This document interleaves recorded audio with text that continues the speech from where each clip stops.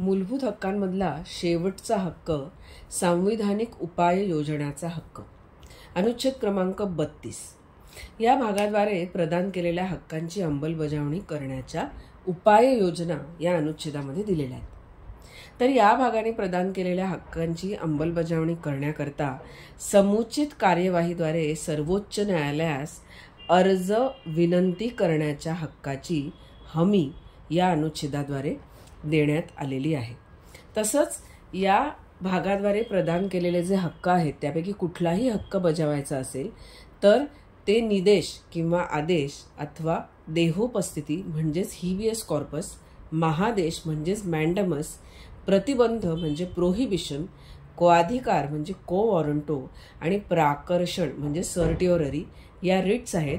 या स्वरूपाच्या प्राधिलेखांसह प्राधिलेख काढण्याचा सर्वोच्च न्यायालयास अधिकार असेल.